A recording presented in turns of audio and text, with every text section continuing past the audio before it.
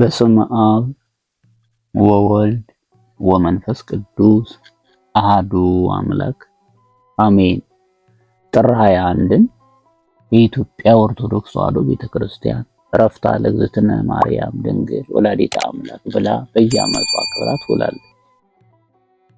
የእመቤታችን የቅድስት ድንግል ማርያም ወላዲተ አምላክ ማርያም የሚለውን ፍቺ ስንመለከት ማርያም ማለት ልዕልት ማለት ነው። ሮም ራማ አርያም ማለት ልዑል ማለት እንደሆነ እሷም መትሕተ ፈጣሪ መልዕልተ ፍጡራን ናትና፣ አንድም ማርያም ማለት እግዝእተ ብዙኃን ማለት ነው።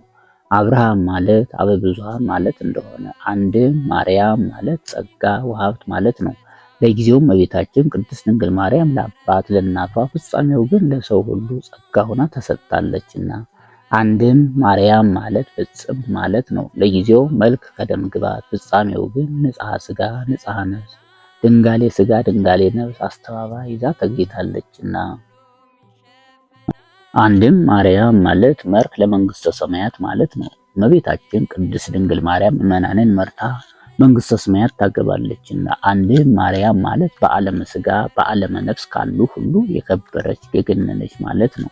ማር በምድር ካሉ መባሌት ወይም የሚበሉ ነገሮች ያም በገነት ካሉ እጽዋት ወይም ፍሬያት ሁሉ የከበሩ የጣፈጡ እንደሆኑ ሁሉ አንድም ማርያም የሚለው ሲተነተን ማህደረ መለኮት ርግዝየ ይቤላ ያ ያንቃዱ ሀቤኪ ሁሉ ፍጥረት ምሳል ወመስጋድ ማለት ነው።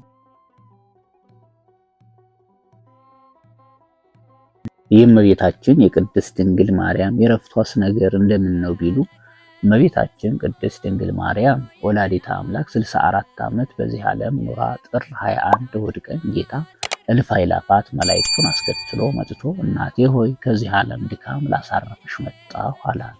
በዚህ ሰዓት እመቤታችንም ለጌታችን እንዲህ ብላ መለሰችለት፣ ልጄ ሆይ ሰማይና ምድር የማይወስኑህን 9 ወር ከ5 ቀን በማኅፀኔ ተሸክሜ በድንግልና ወልጄ እሞታለሁን አለችው። ጌታም መልሶ በሲኦል የሚሰቃዩ ነፍሳትን አሳይቶ እናቴ ሆይ ሞትሽ ለእኒህ ቤዛ ይሆናቸዋል አላት። እኒህን ከማርክልኝስ ይሁን አለችው።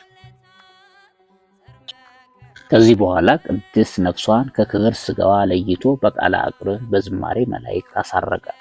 ደቀ መዛሙርቱንም ከያሉበት በደመና ጠቅሶ ካለችበት አድርሶ እመቤታችሁን ቅበሩ አላቸው። እነርሱም ባጎበር አድርገው ይዘዋት ወደ ጌቴሴማኒ ሲወስዷት አይሁድ አይተው ልጇን ተነሳ አረገ እያሉ ሲያውኩን ይኖራሉ። አሁን ደግሞ እሷን ተነሳች አረገች እያሉ ሲያውኩን ሊኖረው አይደለምን ብለው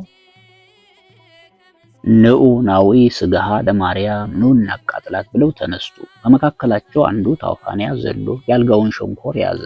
በዚህ ሰዓት የታዘዘ መልአክ መጥቶ 2 እጁን በሰይፍ ቀጠው። በዚህ ሰዓት ታውፋንያ በድያለሁ ማረኝ ብሎ ቢማጸናት ራሷን ዘንበል አድርጋ እመቤታችን ቅዱስ ጴጥሮስን እንደነበረው አድርግለት አለችው። ቅዱስ ጴጥሮስን ቢመልሰው ድኖለታል። ከዚህ በኋላ ጌታችን አምላካችን መድኃኒታችን ኢየሱስ ክርስቶስ ዮሐንስን ጨምሮ ከመካከላቸው ነጥቆ ገነት በዕፀ ሕይወት ስር አኑሯታል። በዚህ ዕለት ቤተክርስቲያናችን ከምታከብራቸው ቅዱሳት አንዱ ዕረፍቱ ለአባ ቀውስጦስ ኢትዮጵያዊ ብላ ታከብራለች። ቀውስጦስ ማለት ኮከብ ማለት ነው። ከ99ኙ ቅዱሳነ ቡልጋ አንዱ ናቸው። አባታቸው ገላውዲዮስ ይባላል። መስፍነ ዳውሮ ነበር። እናታቸው እምነ ጽዮን የመድኃኒነ እግዚእ መኮንነ ፈጠጋር እህት ናት። መድኃኒነ እግዚእ ለአቡነ ተክለ ሃይማኖትና ለእግዚአብሔር አባት ነው።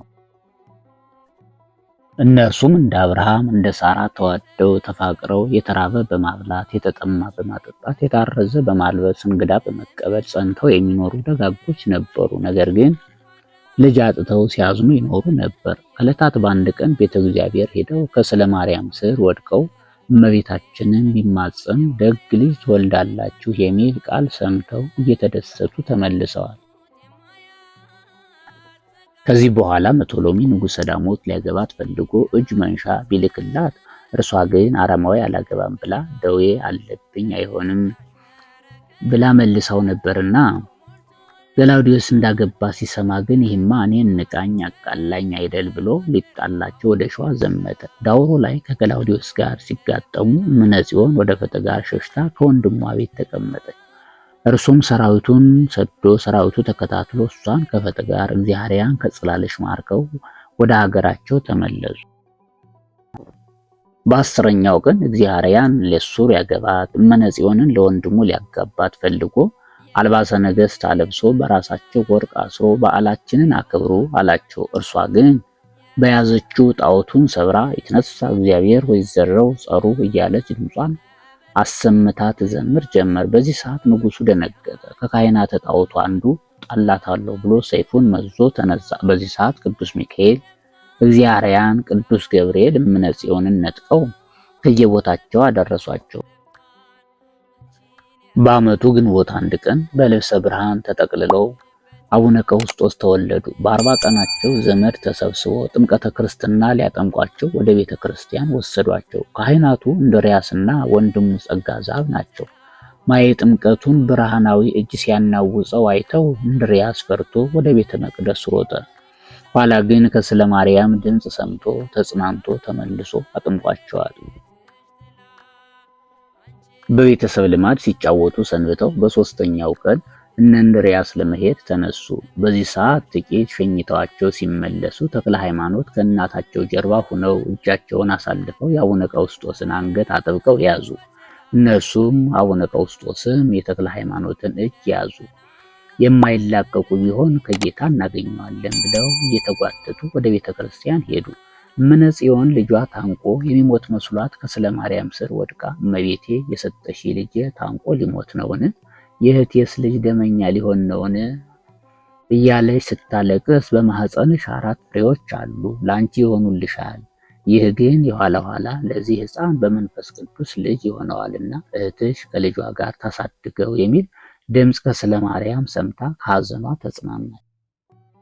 እምነጽዮንም የእመቤታችንን ድንቅ ስራ እያደነቀች ልጇን ከአቡነ ተክለ ሃይማኖት ጋር ተወችው።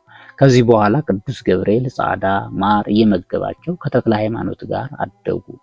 ሙሉ ታሪኩም በሌላ ጊዜ እናየዋለን። በዚህ ዕለት ዕረፍታቸው ይነገራል። አነሳስቶ ላስጀመረን አስጀምሮ ላስፈጸመን ለልዑል እግዚአብሔር ክብር ምስጋና ይግባው። ለእመቤታችን ለንጽሕተ ንጹሐን ለቅድስተ ቅዱሳን ወላዲተ ቃል ወላዲተ አምላክ ምክንያተ ድኂን ቤዛዊተ ኩሉ ዓለም የዓለም መድኃኒት እመቤታችን ክብር ምስጋና ይግባት። ከጻድቁ ረድኤት በረከት ይክፈለን፣ አሜን።